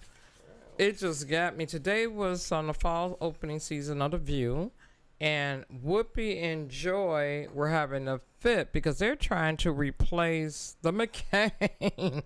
The Meghan McCain is gone, and they need to replace her with another Republican. So are the Republicans always to the left, or extreme to the left, or is it the Democrats extreme to the left? Depends on who you're talking to. Well, you're talking to the Republican, it's the other way. Okay, so the Republicans, they needed someone to fit that seat, to fill that. And Megan was that hardcore, let me go against everything y'all say. But I guess ABC lost their little mind temporarily because they wanted a familiar name, Candace Owens, to join the team. They was fighting to get her on there because she's a black Republican and very far to the left or whatever. So, yeah, I can see them not wanting her on there. Candace Owens is extremely radical. I mean, she says some crazy things. She says some crazy things about African Americans as well, and I mean, she's just. I mean, she's almost like a shock jock. She'll just come up with anything to say, and it probably would offend a lot of the people there, especially as an African American female. Let's just be honest, an African American female that's outspoken. Megan McCain was white. She could be outspoken, but having an African American female that is outspoken, and she's even more radical than Megan McCain. I could see, Whoopi and them saying, "No, this ain't gonna work." Oh no, they threatened to walk out and quit. So I didn't finish, but go ahead. Okay, go ahead. So I could see why they said that this wasn't gonna work, and they were thinking about leaving because of her being there. So you want to add something on to that? Come on in. Hey, Stephen has said Candace Owens is right of the right. She is a nut. Smitty says she's not a good fit. And she really isn't a good fit to none of this stuff. But for some reason, the Republicans, they just love her. Yeah. You can probably move that over so she can have a little bit more room toward you. They eat her up. I'm like, I mean, they like her because Candace Owens is excuse the expression, y'all, an SAT starter. Yeah. She starts a lot of stuff. And I was saying, Vanessa, Whoopi and them, was thinking about not being on the show because of her. But I'm like, a lot of the audience would have been upset because they're not ready for an outspoken black female like her. Meghan McCain was white, and so they allowed that. But a black female as outspoken, as radical as Candace Owens is, I don't think we're ready for that. Their outspoken part is not really what they're concerned about because who was this another black woman that was on there before? I think it was quite outspoken. But I think the radical part of her is really what would push things over the edge. They were expecting that type of behavior from Megan because of the fact that one, she's a Republican, two, she's white. So they weren't surprised with it, and it was more or less something that they needed to keep the excitement going and the banter going. So it was they saying they can't hear you, Vanessa. Oh, it was more or less. Can you hear me now? Make can sure you hear that me? mic is up all the way. It's up. Mr. Best, the best in the West, East, North, and South. Sure Can you hear me now? Yeah, Okay. I still believe that society, the white society, would not be ready for Candace Owens. No, they would look at her as an angry black woman. Yep, they definitely would because she comes off that way. Even when she's on shows with other African Americans, she comes off as an angry black woman. An angry black woman that's angry against most black people. Right, and it's not, like they say, it's not a good fit. Mr. Smith says one thing to be radical, it's another thing just to be toxic. And she is toxic. Because until they showed the picture of her, I did not think she was African American. Talking that way, I'm like, we don't really go in on our own with politics like that. She went in, and it's like, who hired her? Is she for real? Is what I want to know. And I think someone said there was the token. I think it might have been Smitty. I also want to give shout out to Smitty for sharing that Can TV video that we did a while back. It was good to see that come back up again. Huh? I thought I heard a door. If someone comes to my door, you'll hear it because the ring will let you know. Yes. But hey, Smitty. It's she said she was a token. That would be the case, but I think they would seriously lose their audience with her being there. There are other African Americans, if you're trying to find another African American that are Republicans that you can find on there, that would represent the show more in line with the other guests there. I mean, even though Meghan McCain was defiant, she still held a certain amount of class in the way she did things. She was also, her behavior was expected. Yeah. this other lady, it would be. Harris is gonna be expected Candace too. would be Candace would be expected, but she would get more hate mail. Yeah. And she would definitely. get a lot of hate mail from African Americans and other minorities because they have an issue with black and non-white Republicans. Their attitude is, how could you go over to that side? They're all against us. So I think her presence would deter away from the show. People be more focused on her and what she's saying and the negativity that she's spewing out. So I think a lot of comeback would be at her personally instead of what she's saying. And to be frank, people may forget sometimes that it was the Republican Party that accepted African Americans before the Democratic Party was. Yeah. Back in the day, you had Republican senators and stuff like that. I mean, there was a lot of them, and I don't think that the Republicans don't want African Americans. They just don't need them. Well, the party switched too. Yeah. Yes. They don't need African Americans. Right now. The only reason they would want African Americans in the Republican Party is to keep them from voting Democratic. And that's it. And that's it. And so there has to be a need for that. The Republican Party right now needs African Americans. They need minorities. So it's a need factor. They need a lot of white people too right now. Yeah, they do. But you use that. It's called supply and demand. Yes. If I'm in supply with the Democratic Party, I'm going to be in that party and demand certain things that I want. Because I know right now in a party of the Republicans that don't need me, they're not going to listen to what I want. It's another opportunity to divide and split votes. Yes, that is so true. Definitely. What else? Yeah, you got something you wanted Vanessa to be a part of before we. Yeah, How much before time we we got, LP? Enough. Okay, designer That never really helps me, but go apologizes. ahead. Designer apologizes for offending people with his rope ties. Wait a And minute, no, yes. That's supposed to be what the hell. You can't talk oh about that. shoot! Boy, Okay, yeah. I'm yeah. sleepy and I gotta keep you in I line. did see the rope ties too. Yeah. But we gonna go back to Okay. that one. This is the was 6-year-old girl. That's the one I want Yeah. you to chime in on. I'm jumping to it. The 6-year-old girl dies on an amusement park God. ride in Colorado. That was so sad. They Yeah. went to amusement park ride in Glenwood Springs, Colorado, and the ride was something. The haunted mine drop. Fell. From what I heard, she fell. Yeah, the ride She typically fell- she goes fell up out the- 110 feet up in the air. Did she fall out of the I ride? think she fell out. 110 feet down as it was inside the ascending. mountain. I think it was ascending up and So she fell out. apparently they have no strap. It looks like a bench seat similar to a Ferris wheel. Yeah, but at 6 years old, should she have been on that ride? I think they were saying there's a size limitation. and she Right, couldn't have it been changed. at that size. I mean, at But they 6 make everyone sign a waiver.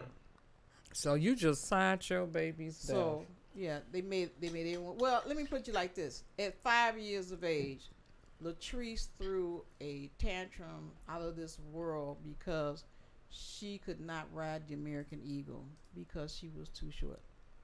She was trying her best to get on that roller coaster at 5 years of age. She wanted to ride that.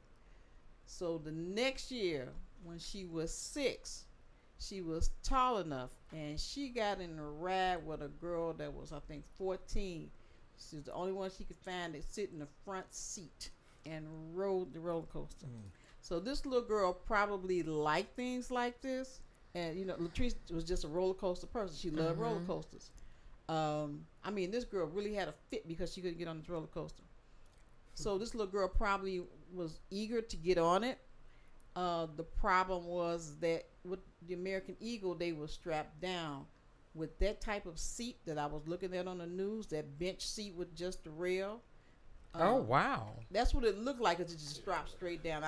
Can you pull a picture? But let me say this: I don't see where she was strapped in. even if you sign a waiver, if there is a standard size that company or that ride is saying that person should be, 46 and inches. they allowed that girl to get on there, and she wasn't at that side, they're still liable for that. But if she 46 was at that size at 6 years old, If she was at that size at 6 years old, now Yeah, it's only 4 feet tall. yeah, well, So- 6 years old, she may have not She been. may at not four have or been. three, yeah.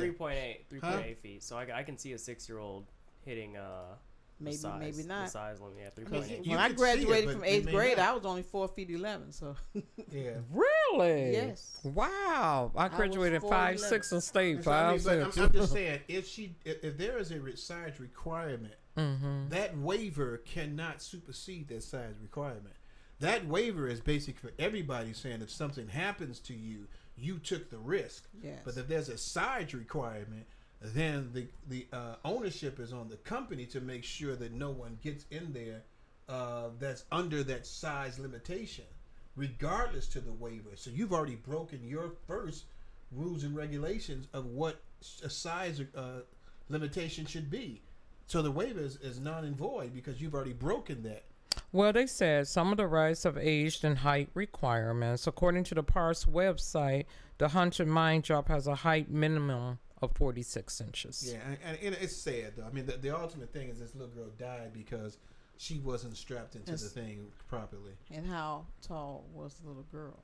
They didn't say. Like I said, it looks like a bench seat. I've seen a ride similar to that at maybe at Great America where you drop down. Yeah. And it was a bench-like seat, and from what I saw on the news, it looked like this big bench-like seat with a bar. Yeah. Because you're not doing any curves; it's just a straight drop. They're gonna be sued for that. But the thing about it is that straight drop with her weight limitation, it wouldn't hold her down, so she probably lifted up and fell out. It might be, but even that, I mean, she might be negligible for doing something like that, but it shouldn't be something that she could easily do. You have to have a standard of care that stops an individual from doing that. I mean, kids are always going to pull on something like that. Not even just pulling on it, just with it dropping down, it can cause her to fly up. Yeah. Because they used to I used to hate that bar. It always fit weird right here. Right. That it's supposed to fit snug. Right, it was real it's supposed to fit snug so it'll hold you in. Oh, so you would hope that was what she was dealing with, but you know, I mean, I feel sorry for the parents. We'll listen in a minute. You know, with a child that, you know, passed to, you know, died from because something I like stopped my kids from riding the Ferris wheel because we was on one Ferris wheel and we saw people tipping the seat all the way back. I'm like, no. Just realize, realize, LP, we're not letting you get on any rides like that, okay? Okay, that's fine. It's all me. He's not getting on any roller coaster rides anyway. Okay, we got a comment. It is the same thing if a person is overweight and can't be comfortably or securely strapped in. I've been in line to ride a thrill ride and witnessed a person be denied the opportunity to ride because the strap would not secure their body size. I have too, Steven. Shelton. Stop. Okay. On the air now. I want to let you get that in. Hey everybody, welcome back to Let's Stay Together Talk Show. Your host Reverend Rick McCain, along with my baby, my girl, my boo, author and designer Brenda McCain. LP is in the house, and a special guest who has come back again. We cannot keep the doors locked and keep her out of the show. My sister, Vanessa. You are crazy. I'm like, what we trying to keep out? Oh, Lord. Somehow she finds the key and gets in here anyway. Wanted. You know, somehow she gets in there. Let's talk a little bit about the story. Then we can get into what the hell, because we may not talk. We only got about 10 minutes before we do that. I want to come back to that story, but let's go into the what the heaven, what the hell. Because Stephen Best is going to come up soon, so let's do that. This story is designer apologizes for offending people with his rope ties. I hope you have that picture. Intended to resemble nooses. Now, the title alone made me automatically think, this is not a black designer. I know this is not a black designer. Well. It is a black South African designer by the name of Daniel Njobini, who is apologizing to everyone that he offended because he didn't think it was going to cause any harm. Vanessa, have you seen the pictures of this? What you think about that? I failed to see where he would actually think that he could take something that memorializes so much cruelty and hatred and death and think that he can switch this over to a fashion statement saying, hey, we're over this. We will never be over this. It will always represent the travesty, the tragedies, and the deaths, because right now today, if a person leaves any type of noose hanging around anywhere, they're arrested and charged with a hate crime. So if they're arrested, if you want us to arrest non-minority people from hanging nooses, then we can't wear a tie like that. But then again, he's not in the United States. And he's trying to push this to the United States. And I'm looking, it's not going to work. Sorry, honey. Try something else. Turn it into a belt. You know, right? Do something. I mean, they hung people in Africa too now. Yes, I know. But here's the thing I'm gonna do. I'm gonna change this around a little bit. I'm gonna blame historical culture for this, and I say historical culture because a lot of times we historically have tried to look over some of these negative things. It's like in America, we use the N-word. Now African Americans use it against each other all the time, and we take negative stereotypes and we try to clean it up by actually using it ourselves, and we're not teaching our younger people the validity of the importance of that hateful word that happens. And now you get something like this. Is historical culture our own ancestors, we ourselves, that are forgetting to educate our kids about certain things like this? Now, I know he did what he wanted to do, but I think a lot of times we kind of gloss over things and don't really try to keep it relevant enough to say these things are not acceptable anymore, because we figure it was a part of history, we're just going to let it go and not talk about it anymore. And something like this comes up and we're mad at the young man, but is it a part of the fact that we don't educate our history to our people about certain things that are just not acceptable?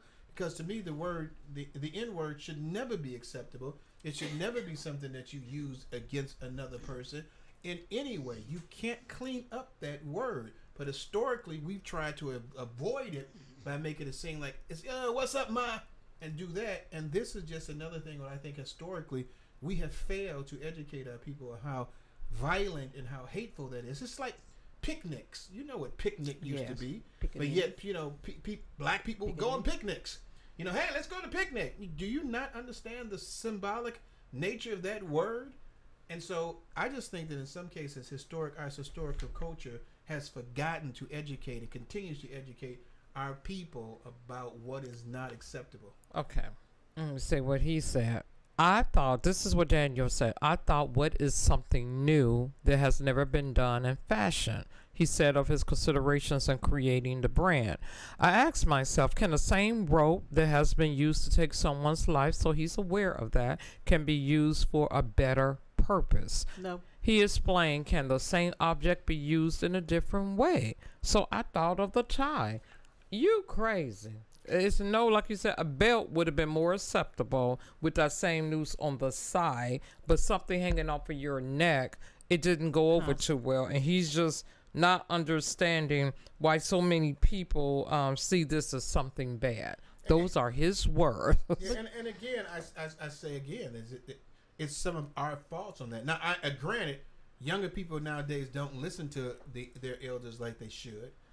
There's no way that we would, you know, me and Vanessa, when we were younger, would speak ill or say something negative to someone that was older than us, because we were trained the proper way to do things. I think that training to show respect. I think that training has been evaded by us trying to be more friends to our children instead of educating them on certain things. And I don't fault the young man in a way, because he was trying to be creative. You know, he's trying to do something creative and bring something different. And we applaud creativity a lot. But because there's not enough people telling him that there are certain things that, even though you're very creative, and I applaud that wonderful job of creativity, there's some things that you cannot change the connotation of what it means regardless to what you do. And this is one some comments on this one. Yeah. Go back up.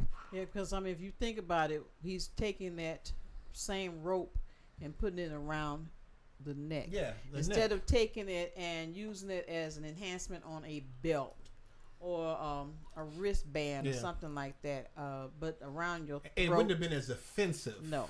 And the thing about it is, when you're using the terminology nigger and picnics and stuff, what they're trying to do. Excuse me, I'm sorry. Can't say that. Okay, not saying it offensively.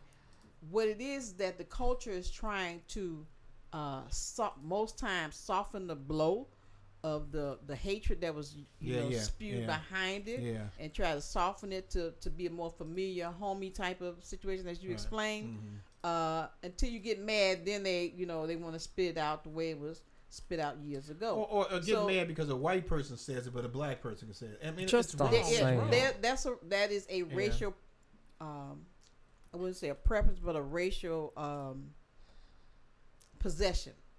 This is only my word. This is my word. Only we can use this word. You can't use this word because of the fact that it didn't apply to you the same way it applied to me. Yeah. So why use that word if you know the application of it? But you're trying to devalue the meaning of it, which you never can. Because no matter if we use it against each other in a playful way, to the people who brought that word to us, it always means that. It will always mean that. No matter how much you try to play, you'll get comedians talk about that, and white people be in there, oh, that's so funny, he said the word. They'll laugh about it, and everything's okay. We're trying to take away that word. No, you can't. You can't. Because if you could take away that word, then a white person should be able to say it to you. And that's not going to happen. No. And so I applaud the young man for being creative. I just think in some ways we need to start continuously educating our young African American men and females about things that are not acceptable. It's almost like the word BITC. Oh, Jesus, that grates my nerve. Now, that was something that they called us before we called us that. But then we use that word against our own sisters, our own beautiful sisters. We use that word against them. And it's females use it against each other in a friendly banter, which I think is, to me, is offensive, and I would let all my friends know, don't use that. Don't. No. Yeah, I mean, don't even use that playfully with me. I hate that word. Don't ever use that word with me. Right. I mean, because it's not something that you can never take away the negative connotation of that word. Okay, I want to get these comments in before Stephen calls. You don't have to get the comments in, but go ahead.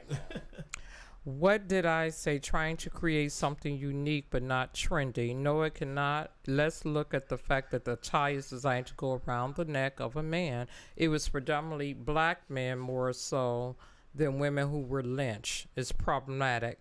That's not creative. As a designer, you find something that is an attractive appeal. I wouldn't want it as a belt. A noose is a noose. A tie was in poor taste. Black people seem to be the only culture that tries to dim or dissolve the true light shine on historical struggles. So we're going to stop with that. We're not going to do any more of this. But I wanted to say this one thing that I saw, and I'm going to give kudos out to him because I agree with 100% this Sheldon said. I don't see Jewish people making, you're going to take it off the thing, Jewish people making items regarding the Holocaust experience. No, and that's true. They're never, because they respect they respect that, and they will never. They respect their ancestors. They will never, and they continuously have history about the Holocaust because it was a tragic, a hateful situation that should never be forgotten. All right, so that's what the heaven, what the hell. I'm gonna have a little Philip turn this down or LP Productions. Yeah. Because it is really loud. But Stephen, are you there? Yeah, you can turn it down. I am. Good evening, my friend. Yeah. So I keep on hearing a vibration. Can you not hear me? Yeah, we can hear you. I'm gonna get ready to start on a second. Okay. Hey, so we're gonna start off on the show. I don't think the vibration comes on the radio; it just comes in with us. But we're going to start off with the best of theater. We've got Stephen Best. This is exclusive. No other station around the world has the opportunity to be blessed with such a talented young person. Send the check in the mail. He is so wonderful. Checks things everywhere. He goes all over the globe to find these tidbits about theater and also give you education about what's happening in the talent world. What do you call that? I'm sleepy, yo. Beyonce and them. What do you call these people now? Entertainers. Entertainment. Thank you. I told you I was sleepy. Entertainment world. He's just tired. So Steven has done a great job for us, and once again, we bring you an exclusive, the best in theater with Steven Best. Steven, how you doing, my man? I am wonderful. How are you guys? Did you get this big storm today? The news has been talking about this huge storm that was supposed to hit Chicagoland. We had maybe half an hour of sprinkles downtown, and then it was gone. So we did not get the big storm. I was concerned that we might not be able to communicate tonight, but Chicago didn't receive anything. Yeah, we did get some rain here back and forth, but it wasn't as bad.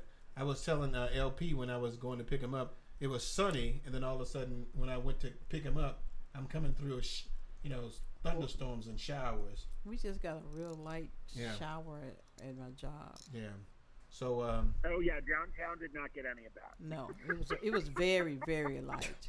So I mean, we haven't put a contract together for you to be a weather person. So I'm still waiting for you to get to the other information. Oh no problem. Later, I gotta give Steven a hard time. Starting tomorrow night at the Theater Wit. The Theater Wit is back, bringing the play Mr. Burns, a post-electric play. It is The Simpsons. It's a very creative play based on the characters of The Simpsons, but in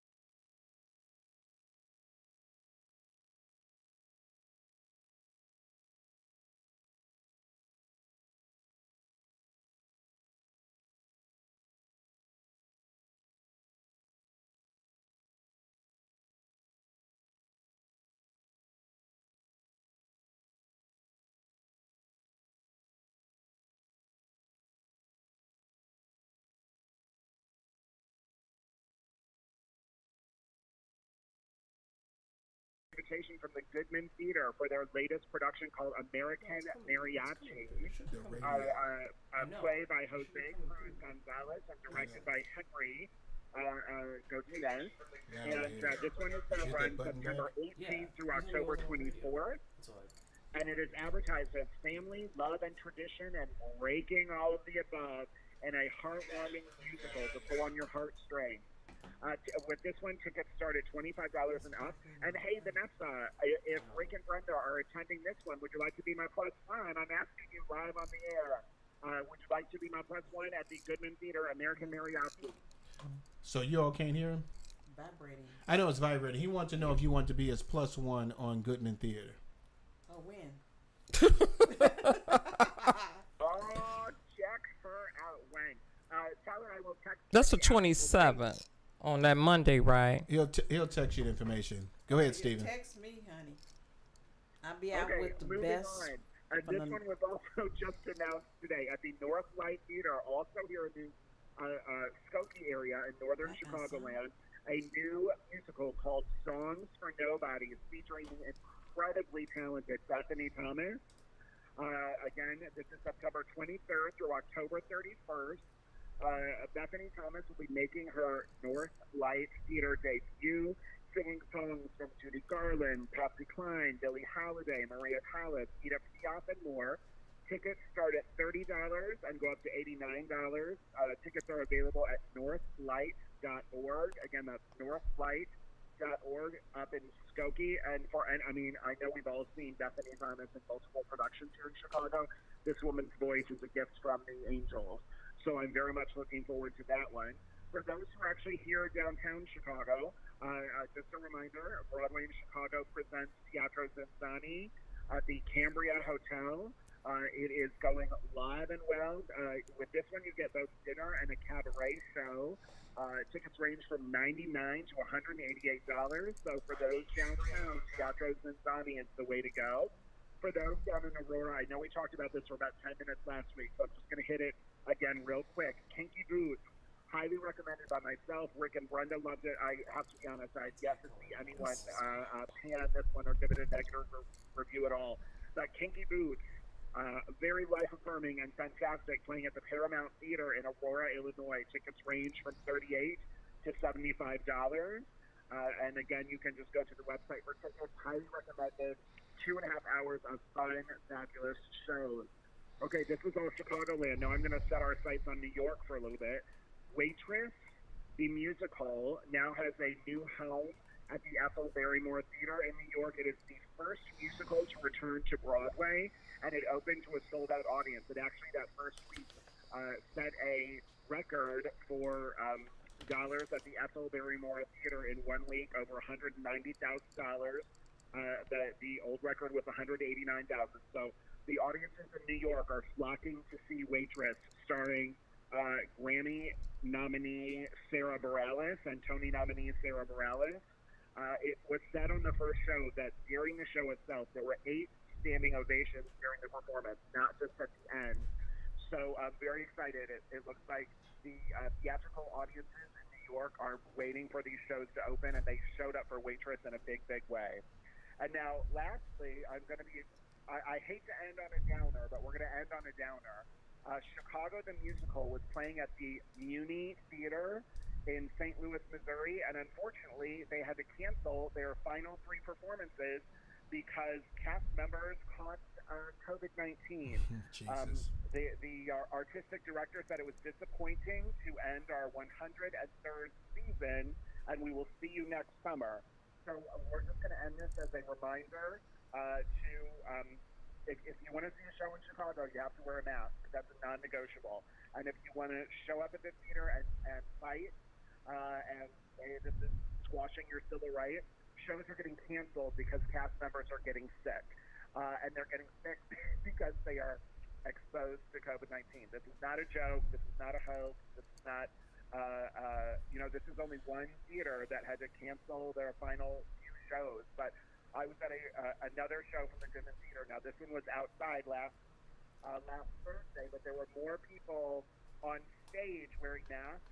At one point, there were 17 dancers literally face-to-face to one another, whirling and twirling and doing, quite beautiful but really athletic work. All of them had masks on with no problem. So if the performers on the stage can wear a mask, I don't know why the idiots in the audience can't. But I started the evening sitting in the press section, and there were so many people in the media not wearing masks. I just got up and walked and sat somewhere else. This is not a joke. I'm taking it seriously. I don't understand why other people are not. But if we want to see live performance, again, we are in the middle of a pandemic. Wear your freaking mask.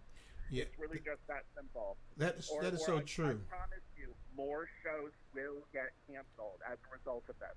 The actors that we are so happy to see back on stage will be unemployed again because the audience simply cannot follow the rules. And I just can't comprehend that. So, Stephen, it's interesting that the play was canceled because of the cast members. You would think that they would all want to be vaccinated because being vaccinated helps them to be able to perform. So that was a little bit shocking that something like that happened. And I will say, Rick, I do have to say this. It did not say in their press release whether the 3 cast members who caught COVID were vaccinated or not. I think that was probably strategic, truthfully, from the legal department with the theatrical company to not disclose that. But people who are vaccinated are showing up in emergency rooms, not in the numbers that the non-vaccinated are. But this is a virus that just keeps evolving. I am not a doctor. I am a member of the press, and I'm a member of the audience. We have to be smarter than this as a culture. And just because individuals may be over it does not mean by any stretch of the imagination that this is over.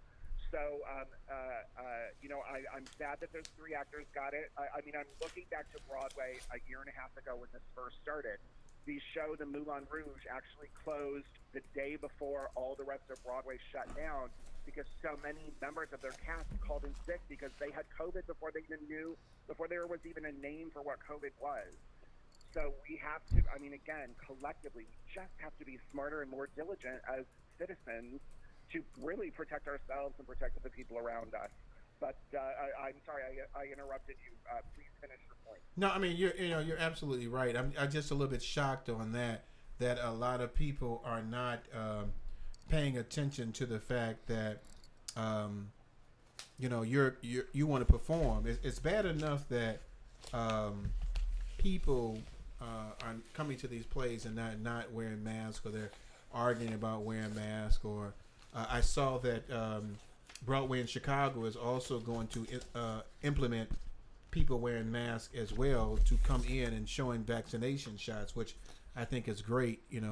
Seems as though they're following the same thing that happened out in Aurora at Paramount. But I was still shocked that, if this is my, avocation that I'm trying to perform, and I don't take the test, and then I get other people sick. I mean that I'm not surprised, but I'm surprised because this is what you want to do. So you should be right. Protecting yourself and others on stage, because if everybody is vaccinated, you can have 50 people on stage and it'd be no problem because they're all vaccinated. But if you're not, and they're not trying to make sure people are vaccinated, not only can that cause a problem for the people on stage, but the audiences as well. But wait a minute, Absolutely. maybe I heard this right, but the Bear Stadium, I think, is requiring people to be vaccinated to get in. I know the United Center here in Chicago, to your listeners who are not in Chicago, the United Center here in Chicago did require through the remainder of the year that all events that people must wear masks to it, and I applaud them for that. And of course, temporarily on social media, they got the whole backlash of you're infringing on my rights and blah blah blah. I mean, I just when I watch the news and see these mothers want to send their kids to school. I'm sorry, I don't mean to laugh, but I see these impassioned mothers who want to send their children to school and not wear masks. I mean, I just sit back and think you are the worst parent on the planet. Yeah, but that's all You're saying. endangering your child, and you're endangering your family. I mean, we're in the middle of a pandemic. I know I keep saying. I mean, I get that people are over this, but the pandemic is not over us. One person was calling this sort of like a mass extinction event that is happening, and we are all bearing witness to it. But I tell you what, the festivals on the weekend are just truly even. It was a holiday yesterday. Just walking around downtown, and again in Illinois, we have some of the most strident policies in the United States. The mask mandates are back not only for the city of Chicago but for the entire state. When you go in somewhere, it is not required to be outside. But boy, I'll tell you what, I'm one of the few people downtown who has my mask on either the inside or outside, and people just are raring to fight, and I don't understand what they're fighting for. Stephen, it looks like you're going a little bit further away, so we're going to go ahead and conclude this, but we appreciate No problem, the information that you provided. So, I mean, we know everybody needs to get vaccinated, and hopefully people will do this. It's just a shame that we're still going through this situation where theater could be black again. But, we're talking about Illinois. This is Illinois doing this. There are a lot of other states that are not called.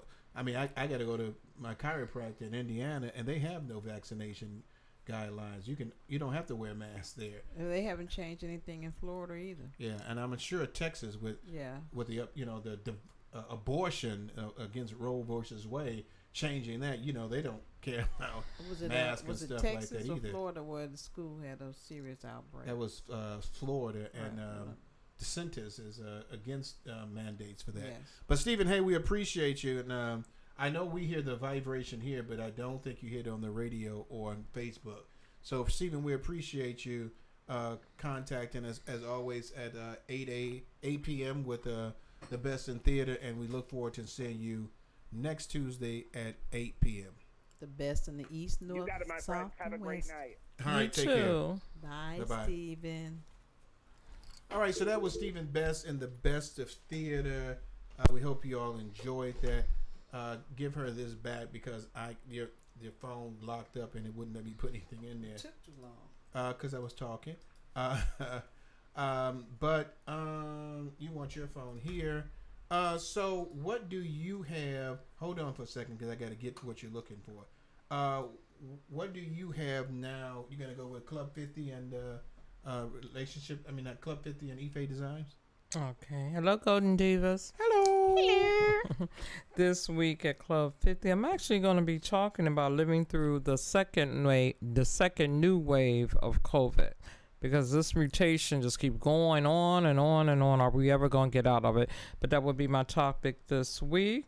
Ife Designs, really, really appreciate you. I put out last week a couple of videos and you guys been hitting me up very graciously. I appreciate you. And I started on a new project of doing window decals, window graphics. That's something new for me, but it's exciting to do a massive window design like that. So thank you everybody for supporting me, and you can always check out everything at ifedesigns@gmail.com, my email address, but you could go to theclub50.com and go to the menu bar to the store and see everything that I created. Yeah, she, really, I'm really happy with that on her. Though she may have blew somebody off during getting this information, and then you got to find out. Let's talk about it. How many times should you forgive? And I'm gonna tell LP Production again that this show is not Club 50. It is, well, we was talking about it right now. You had it on there once before too. Oh. So make sure it's only on there when we talk about Club 50. But definitely, I'm excited about all the things you're doing, and you definitely want to make sure you get in contact with her if you're looking for some design work. She's doing an excellent job with that. So what do we have for the relationship letter?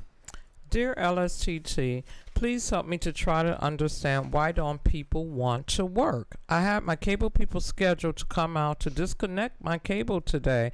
I didn't receive no phone call that they were canceling. It was just a no-show. I called them back and they claimed that they called me. I have no record of them calling or a message that they left on my machine. Now I have to wait another month before they will send someone out. LSTT, I am so mad at how they did me. This seems to be the norm. Terrible service, and it's getting out of control. Should I report this cable service or try to find another one? Sincerely, Miss Livet. Miss McCain Mason, what you got to say about that?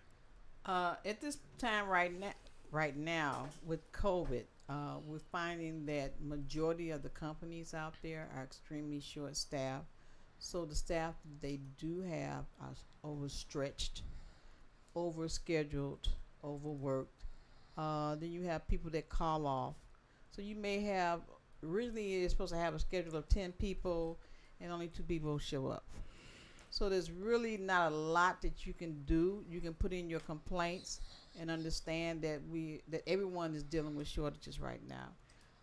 So you may go to another cable company. You may end up with the same problem.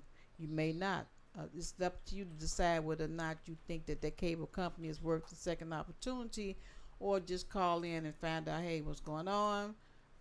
You guys have shortages. What's the best time or day for me to try to get somebody in here? But don't just look at it at the company initially. Call and find out. Talk to somebody and find out what's going on. Give them at least one more chance, and then if they don't call you back or they don't provide you with people to come in and install it, move on somewhere else. I love that. I love that. But I'm so sick and tired of people, to me in some cases, using COVID as an excuse. Cable companies are notoriously terrible with providing services, and what they do nowadays is tell them, we'll give you a time frame, and then they make the time frame like it's a work day. We'll come from between 8 a.m. to 8 p.m. Are you kidding me? I mean, come on. And then now, people are, they are, short and staffed, which might be the case. But in some cases, it just seems like we're using some of these things as an excuse. If you're going to set up a time with me, and I don't know, did the person set up a time with them? And you don't meet that time, then you at least should let me know you're not going to be able to make it. What they do is they don't even let you know.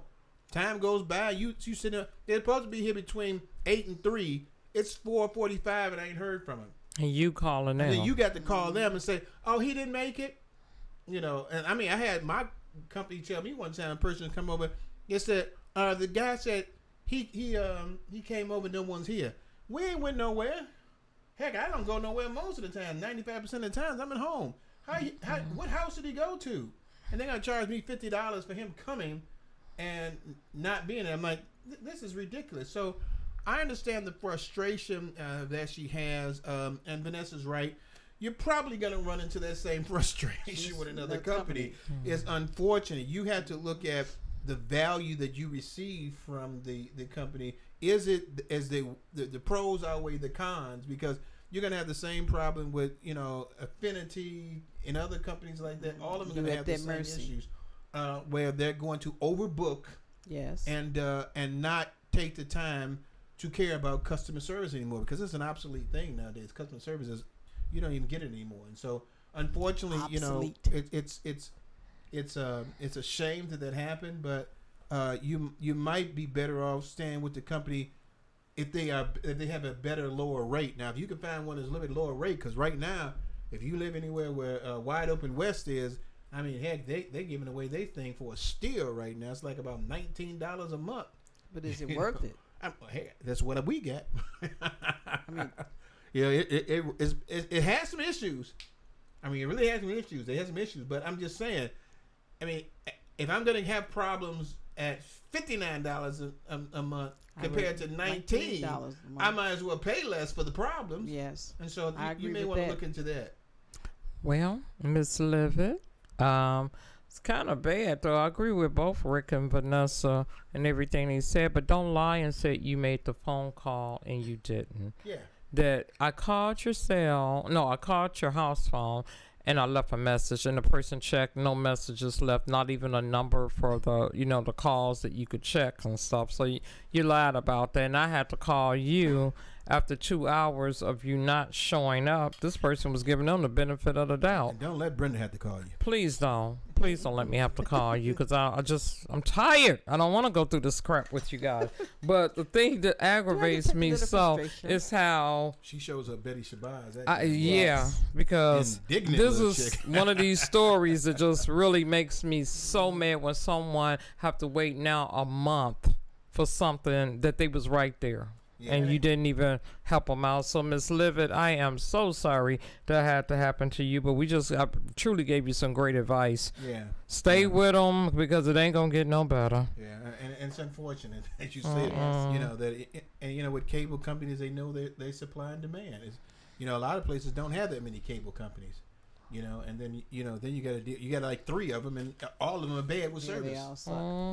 So like then you got to just start pulling straws. This is better here. This is better here. This is better here. Well, they got 4, they got 3, they got 2. So let me go with the 4. Let's see what you can go with. Yeah. So I'm gonna do this real quick. We got some more time. I want to shout this out again for Lyric Opera in Chicago. Lyric Opera Chicago presents Macbeth, Shakespeare, framed drama, and Verdide's musical genius combined with a stunning portrait of a powerful, hungry couple and their bloody ascent to the throne. This riveting story is brought to life in the new production and features some of the most thrilling music in opera. Macbeth features an all-star cast and a maestro of Enrique Manzola, and his first performance at the Lyric Opera new music director. Macbeth is on stage September the 17th through October the 9th. Tickets are available now at the lyricopera.org. So check out Lyric Opera. They're going to have Macbeth. When I remember being in grammar school and everybody was talking about, we went to go see Macbeth, and I never really went to go see Macbeth. I'm like, what's the big deal about going to see Macbeth? And then they wasn't really talking in language you could understand. And, then you get all these kids that go there and lie and say they knew what they were talking about. You in 8th grade, you didn't know what they were talking about. Stop lying. They go and lie and say, I understood what they were talking about, this and thou and the. You didn't know what they were talking about. I went to my first opera was elementary school trip. We went to the opera, and I don't remember what it was, but the last time I went to see Latrice and I went to my daughter Latrice and I went to see Porgy and Bess. Yeah, and it was fabulous. That's what you call the ones we to sing for the opera thing. That song, "Bess, You Is My Woman." Hattie. Yeah, it's the songs from that. Yeah, I my think God, Porgy and Bess supposed to be coming back again soon, so it'd be nice. I would, but we didn't really get into. Well, you probably was in it. I never was into Shakespeare until we started seeing the Shakespeare plays at the Shakespeare Theater. Until you saw plays at the Shakespeare Theater. Because the theater is beautiful, for one, and the plays was just so authentic. Only play I did not like that I think I would like if we see it somewhere else is the one with all the gory killing Trinagis, the one that was 3 hours long that we were stuck seeing. I know we would go see that. It was terrible. But we're not gonna see the name. But real quick, I want to just throw some things out there. We're still having this big issue fight with Texas with the abortion change of the abortion law with Roe versus Wade. We get about a couple of seconds here. Cross the border. I just want y'all to quickly, because we only have about 3 minutes. What do you think about this decision? I mean, some people are showing coat hangers. They're saying they may go back to that illegal time of doing that. I don't think that's going to happen. To me, this is something that the Republicans, because they have majority ruling right now, they were able to push this through because they couldn't stop Trump they couldn't get Trump back in office. So they're trying to do whatever they can. The problem is they don't realize how many Republican young females get abortions. And what they're going to do, just like everyone else is, they're going to cross the border. Miss Brenda? I can't stand it. A woman's body is her body. She have the right to do whatever she wants to do to her body. The law should not have to tell her what she should do to her body. They send us back. There's no surprise that I don't agree with abortions, but I agree that people should have the right to do what they want with their bodies. I think that this change of this is going to be more detrimental than they ever think it's going to be. And what it's going to do is you're going to have all these underground abortionists, and they're going to be making money they're going to do it right, because they're going to be making money hand over fist. That's crazy. As we close with that, we're going to go now with the song from Mrs. Clark Cole singing "Take Me Back." And I can't say this name right now either. I can't say nothing now. What is her name? Where you at? Dorinda? Dorinda, yeah. I was going to say Dorito. Dorinda Clark Cole and tired. Take Me Back. I'm so tired. Yeah, y'all didn't hear me. I haven't had any good sleep in almost 3 months, and it's been rough. But we're going to go ahead and end up a show. We hope you enjoyed the show. This is Rick McCain along with my baby, my girl, my boo, Alta Brenda McCain. And LP Production with special guest Vanessa McCain Mason. We'll see you next Tuesday.